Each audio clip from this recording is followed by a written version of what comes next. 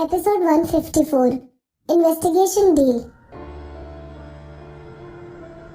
तुम्हें अंदाजा भी नहीं है कि सहगल फैमिली के लोगों ने कैसे अपने आप को संभाला है। जैनेंद्र के चेहरे पर कड़वी मुस्कुराहट आ गई।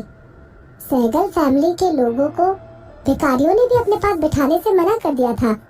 मेरी सारी फैमिली ने सड़कों पर अपनी रातें काटी हैं। हम किसी भी पुल के नीचे सो जाते थे और कूड़ेदान में से खाना ढूंढ कर खाते थे। हमें लोगों ने जंगली कुत्तों की तरह भगाया। लोग हमें देखकर पत्थर मारने लगे थे। मिस्टर भाटिया, आपने पूछा कि मुझे बदला चाहिए। मैं जानना चाहता हूँ असलियत में विधि के साथ क्या हुआ और असली खूनी को अपने हाथों से मारना चाहता हूँ। और हाँ, मुझे आरव कपूर चाहिए। जैनेंद्र अचानक से अपनी आधी बात बोलकर रुक गया। तुम्हें आरव कपूर का क्या करना है? मोहित ने धीरे से पूछा। तुम क्या चाहते हो? वो तुम्हारे सामने अपनी नाक रगड़कर तुमसे माफी मांगे? तुम्हें क्या लगता है वो तुम्हारे सामने अपनी जान की भीख मांगेगा? मोहित हंसा। तुम अच्छी तरह जानते हो कि इम्पॉसिबल है बाबा। जब तुम्हारे पास पैसा, पावर या लोगों की भीड़ थी, जब तुम बाबा नहीं बल्कि जैनेंद्र सहगल हुआ करते थे, तब भी तुम आरव कपूर को छू नहीं पाए। तुम्हें क्या लगता है तुम अपनी सिचुएशन में आरव कपूर की टक्कर ले लोगे? जैनेंद्र की नजरें तीखी हो गई। मेरे पास एक रास्ता है जिससे वो अपनी मौत को खुद पुकारेगा। अच्छा, तो बताओ मुझे। मैं तुम्हें क्यों बताऊं? जैनेंद्र ने मोहित को शक भरी नजरों से देखा। मोहित ने जवाब दिया, देखो, हम दोनों एक दूसरे से हाथ मिला सकते हैं। मुझे आरव कपूर के मरने या जीने से कोई फर्क नहीं पड़ता, लेकिन मुझे विधि और इसके बीच रिश्ते के बारे में जानना है। बल्कि मैं उसके सारे रिलेशनशिप के बारे में छोटी से लेकर बड़ी डिटेल के बारे में पता लगाना चाहता हूँ। जैनेंद्र, मेरी इन्वेस्टिगेशन में सिर्फ तुम मदद कर सकते हो। बाकी तुम्हारी मदद के बदले मैं तुम्हें तुम्हारी इज्जत वापस दिलवा दूंगा।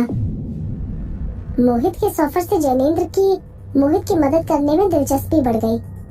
वो इस समय बिना पैसे और पावर के लोगों से छुपा हुआ घूम रहा था। उसे आरव से बदला लेने के लिए मोहित जैसे लोगों की जरूरत थी।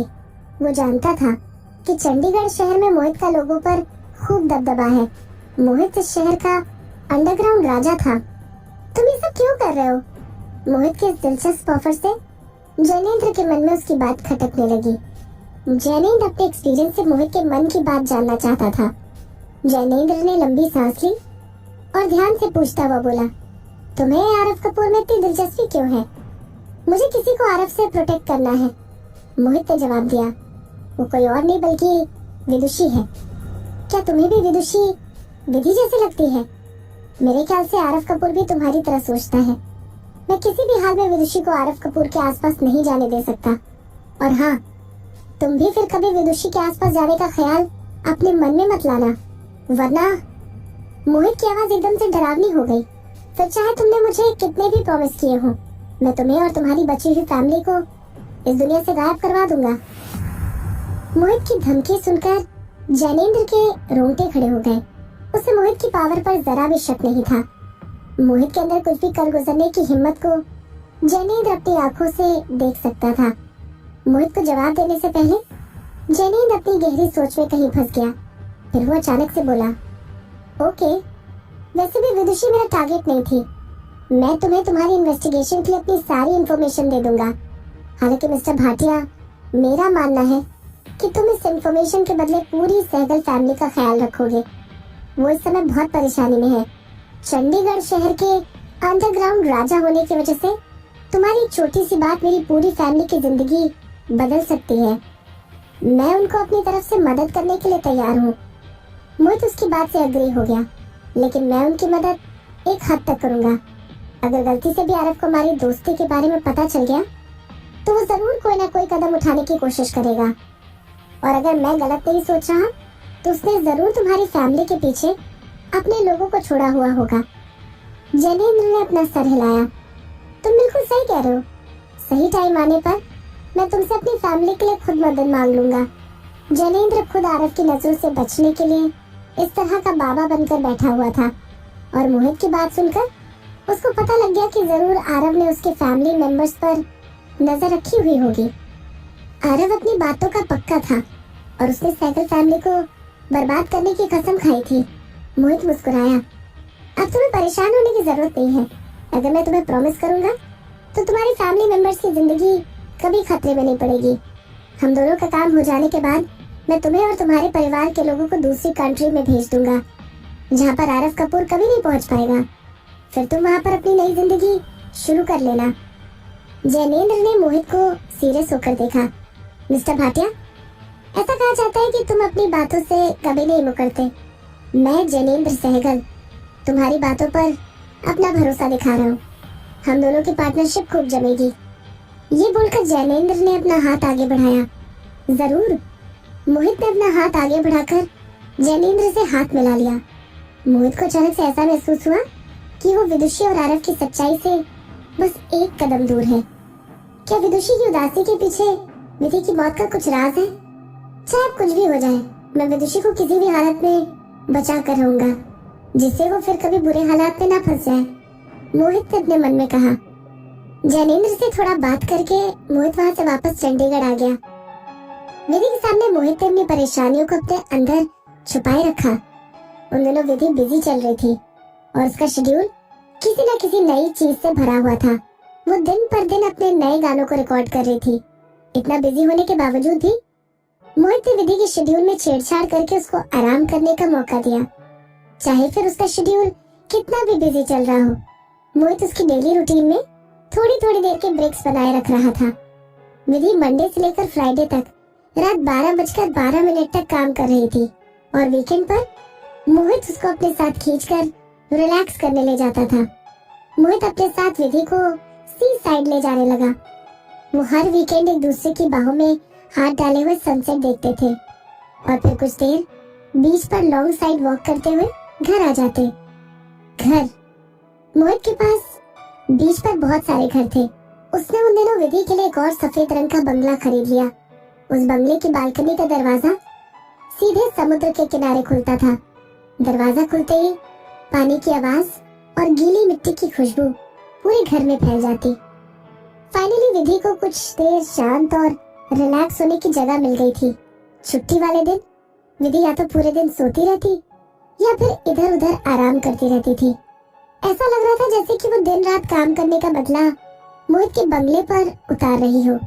वो पूरे दिन कंबल को अपनी गर्दन पर टांगे हुए घूमती रहती और मोहित उसको पीछे से आकर अपनी बाहों में भर लिया करता। वो कभी कभी धीरे से विधि की गर्दन पर किस कर लेता और फिर उसे कोई धुन सुनाकर गोदी में उठा लिया करता था। उन दिनों मोहित और विधि के बीच आरव कपूर को लेकर जरा भी बात नहीं हुई। ऐसा लगने लगा था जैसे कि विधि अपने ट्रॉमा से बाहर आने लगी हो। अचानक से एक दिन मोहित बोला, विधु? हाँ? मोहित ने विदुषी को उसकी दादी की तरह विधु कहकर बुलाया। विधु, मैं बिल्कुल इस तरह तुम्हारे साथ अपनी जिंदगी बिताना चाहता हूँ। अपनी अधूरी नींद में विधि उसकी बात पर कुछ बड़बड़ाने लगी। मोहित उसकी बात को सुनकर जोर से हंसा और उसकी नाक को खींचता हुआ बोला, तुम सो जाओ। अगर तुम ऐसे ही सोते हुए मोटी हो गई तो तुम्हें अनिरुद्ध और बाकी लोग कभी नहीं पहचानेंगे। उसके बाद सिर्फ मैं तुम्हें पहचान पाऊंगा। विधि नींद में मोहित की बात को दोहराने लगी। मोटी? अनिरुद्ध? अनिरुद्ध का नाम दोहराने से विधि की नींद टूट गई और वो मोहित को घूरने लगी। क्या मुझे इतने दिनों से अनिरुद्ध ने नहीं ढूंढा? मोहित उसकी नाक को अभी तक धीरे धीरे खींच रहा था। नहीं तो? मोहित बोला, वैसे भी उसकी फिक्र कौन करता है? विधि शक भरी नजरों से मोहित को घूरने लगी।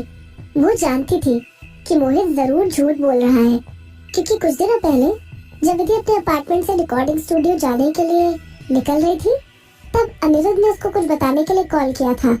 हालांकि अगले ही दिन मोहित उसको अपने साथ इस बंगले पर ले आया। विधि मान ही नहीं सकती कि अनिरुद्ध अपनी किसी बात को अधूरा छोड़ दे। वो काम को लेकर कभी पीछे नहीं हटता था। अनिरुद्ध के बारे में सोचते हुए विधि की नजरें मोहित पर पड़ी। मोहित उसके सामने लेटा हुआ मासूमियत से अपनी पलकें झुका रहा था। विधि एकदम से चीख मारने के लिए खड़ी हो गई और बोली, रुक जाओ, मैं अनिरुद्ध से बात करके आती हूँ। मोहित ने विधि को वापस बेड पर खींच लिया। तुम इतना क्यों सोचती हो? अगर कोई अर्जेंट काम होगा तो अनिरुद्ध तुम्हें कॉल कर लेगा। नहीं, मुझे पहले पूछना है कि वो मुझे क्या बताने वाला था। विधि ने मोहित के हाथ को अपने कंधे से झटका और जमीन पर रखी हुई मोहित की चप्पल पहनकर लिविंग रूम में अपने फोन को ढूंढने चली गई। मोहित कंबल को अपने कंधे पर लपेटकर विधि के पीछे लिविंग रूम में गया। विधि का फोन स्विच ऑफ हो रखा था। वो कंफ्यूज होते हुए अपने फोन को देखने लगी।